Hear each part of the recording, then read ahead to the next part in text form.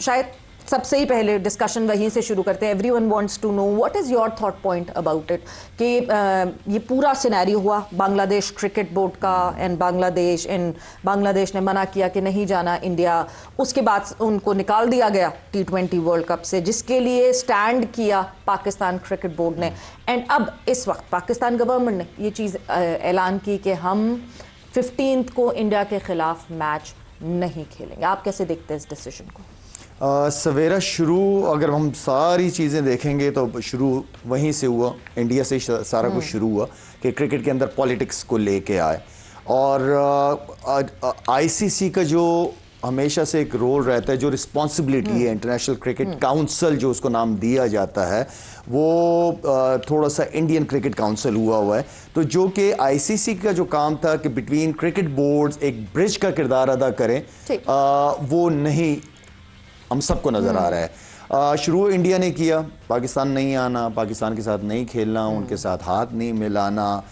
کہ آپ کرکٹ کو لے کے کس طرف جا رہے ہیں. ٹھیک ہے, 2023 تک ہم نے انڈیا وزٹ کیا اور اس وقت ہم سے یہ وربلی کمٹ کیا گیا کہ چیمپئنز ٹرافی تو آئی سی سی کا ایونٹ ہے, ہم ایسے کیسے ہو سکتا ہے کہ پاکستان نہیں آئیں گے. بالکل. But eventually they pulled out Champions Trophy to Dubai. بالکل اسی طرح اب ہمارے ساتھ بنگلہ دیش کا بھی جو ہے, بنگلہ دیشی پلیئر گیا, ان کی آئی پی ایل کے اندر ان کی ٹیم نے سلیکٹ کیا, ان کے اوپر پریشر آیا, انہوں نے نکالا.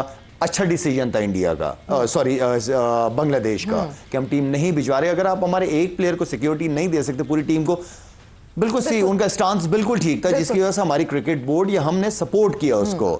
اور میرے خیال میں یہاں پہ کیونکہ as a cricketer, as a athlete, میں ہمیشہ کرکٹ ہوتے ہوئے دیکھنا چاہتا ہوں. ہم پہ بہت پریشر آیا, لیکن انڈیا ٹیم لے کے گیا, ایز اے کیپٹن بھی گیا میں اور ایز اے پلیئر بھی گیا. میرے خیال میں ان لوگوں کو کیونکہ اب یہاں پہ گورنمنٹ نے سٹانس لی ہے, بہت ساری وجوہات پیچھے ہیں جو بہت سارے لوگوں کو نہیں بھی پتا ہوگا, صرف گراؤنڈ کرکٹ نہیں ہے, اس کے علاوہ بھی بہت ساری چیزیں ہیں. تو میں سمجھتا ہوں کہ اس وقت میں ڈیفینیٹلی جو گورنمنٹ کا جو اسٹیٹ کا ڈیسیجن ہے میں اس کے ساتھ بالکل چاہوں گا. لیکن جس طرح میں نے پہلے کہا کہ ایتھلیٹ, ایز اے ایتھلیٹ میں کرکٹر ہوں, کرکٹ کھیلی ہے, دیکھنا چاہتا ہوں. اور اس سے اچھی اسپورٹس جو ہمیشہ سے کہتا رہا ہوں کہ اسپورٹس ڈپلومیسی پہ میرا بہت زیادہ اسٹرانگ بلیو ہے. لیکن یہاں پہ میں آئی گو ود اسٹیٹ ڈیسیجن, جو انہوں نے ڈیسیجن لیا ہے آئی ود دیم. بالکل. توصیف صاحب, تالی دونوں ہاتھوں سے بچتی ہے, ایک ہاتھ سے تالی کبھی بھی نہیں بچتی.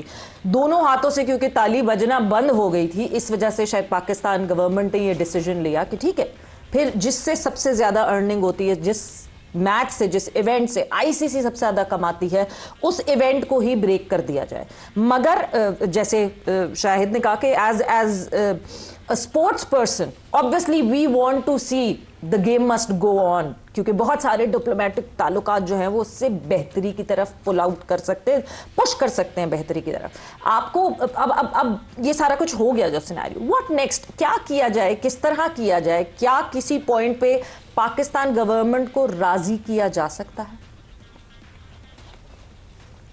دیکھیے, ایک تو ایکسٹریم پہ چلا گیا معاملہ, تو بہت آگے چلا گیا, اور اس کی ایک آدھ وجہ اور دوسری بھی آ گئی ہے, آپ کو پتہ ہی ہے. اور جہاں تک اس کرکٹ کا تعلق ہے, ڈیفینیٹلی تالی آپ نے جو کہا, ہماری تو تالی ایک ہاتھ آ رہا تھا, ان کا ہاتھ تو ہمیشہ پیچھے سے بھاگ جاتا تھا.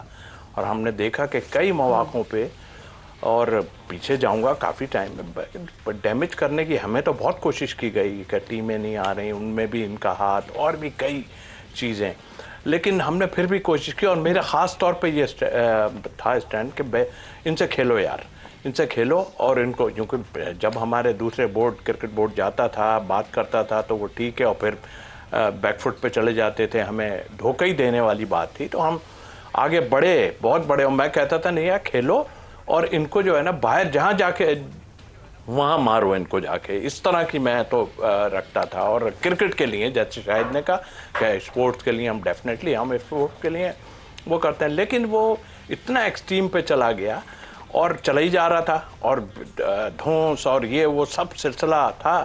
تو ظاہر ہے ہم اتنا ڈیسیژن نہیں لے پا رہے تھے بہت سی چیزوں میں, شاید اس وقت گورنمنٹ اور بورڈ اور سارا.